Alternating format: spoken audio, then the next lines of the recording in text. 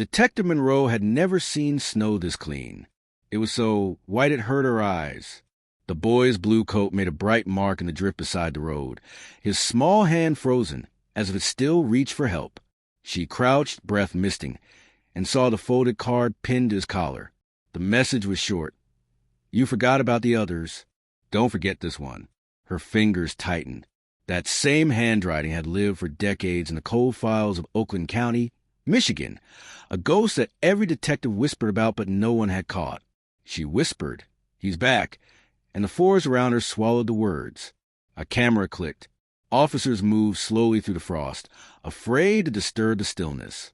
By morning the road filled with blue lights and yellow tape. Reporters shouted questions. Monroe stood with her partner Ray Carter, watching the coroner lift the body. "Could be a copycat," he said. Monroe didn't answer. "It's him," she said finally, "or someone who wants us to think so." Carter rubbed his hands for warmth. He'd be an old man by now. "Evil doesn't retire," she replied. Back at headquarters, an officer ran to meet them. "Detective, a package just arrived for you." Inside a clear evidence bag lay a brown envelope, labeled in block letters, T.O. Detective Monroe. No return address, no stamps. Inside was a cassette tape and a faded photo of a boy with a red bicycle. On the back, written in the same curling script, "He never got to ride it." Monroe set the tape in an old recorder. The reels turned. A man's voice, low and calm, filled the room. "Hello, Detective Monroe. You've done your homework. The county still cares about its children. That warms my heart. You forgot the others, but I didn't. They still talk to me when the snow falls. Don't you hear them?" Then a click. Silence. Carter stared. "He knows your name." Monroe's voice was flat.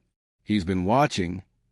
She pinned a photo on the wall beside 4 older case photos, the unsolved victims from the 70s, and drew a red line connecting them. "He says there are more. We never found them." That night Monroe drove home through the quiet streets of Royal Oak. Snow drifted over parked cars, muffling the world. She parked, looked into her rearview mirror, and saw a tall figure under the streetlight. Still, watching. When she turned, it was gone. Sleep didn't come. She dreamed of children's voices whispering through the snow, calling her name. At dawn, she returned to the station. The lab report waited on her desk.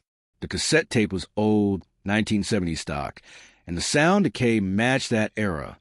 "It's an original," Carter said, "not a copy." Monroe nodded. He kept it all this time. They drove to the last known abduction site from the old case, now a shopping mall. Behind it lay a forgotten alley. Monroe walked slowly, her boots crunching. Something glinted near a drain. She knelt and brushed away the snow. A toy car, rusted red, with a note taped to the bottom. "You're getting warmer." She froze. "He's here," she whispered. Carter drew his weapon, eyes scanning the alley. Nothing moved but the snow. Somewhere beyond the lights, someone was watching and smiling. The wind rose and covered the footprints one by one until the street looked untouched again. The alley behind the mall stayed quiet for hours after they left, but Monroe's mind wouldn't rest. The message, the toy, the voice on the tape, all of it looped through her head like a curse. At dawn, she sat in her car outside the station, staring at the frost spreading across her windshield. She could still hear that soft whisper, "You forgot about the others." Inside, the lab techs were already at work. One called out, "Detective Monroe, you'll want to see this." He handed her a printed analysis. The fingerprint on the toy car didn't match any current database records, but they did match an old set from the 1977 files. "How's that possible?" Carter asked. "The man's been gone for nearly 50 years. The tech shrugged. "Unless he was never caught at all." Monroe rubbed her temples. "He's taunting us, trying to tell us the game isn't over." She looked up at the evidence board. 5 red strings now across the wall like spiderwebs, connecting old photos to new ones. The boy from the roadside, the toy from the drain, the same looping handwriting on every note. That evening, the precinct phone rang.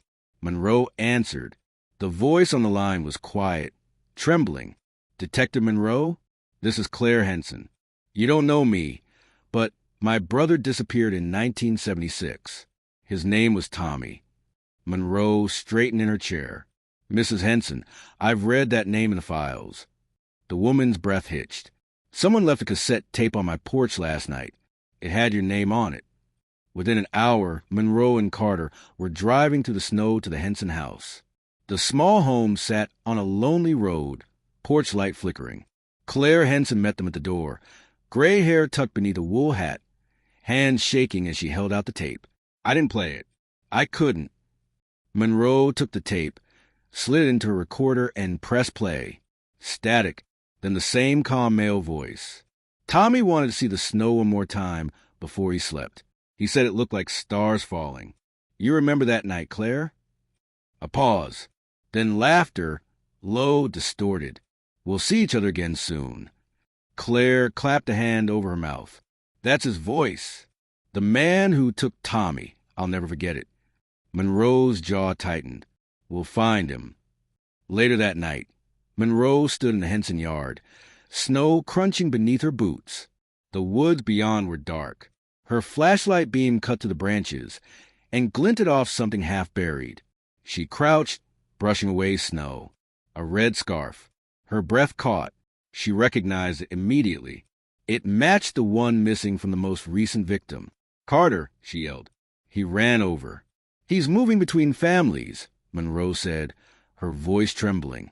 He's targeting the relatives of the old victims, people who still remember. They sealed off the yard, called for forensics, and watched the scene flood with blue lights. A young officer pointed toward the trees. Detective, over here. 50 feet from the house lay a shape under the snow. The officers dug quickly, hearts pounding. When they lifted the frozen form, Monroe's flashlight fell from her hand.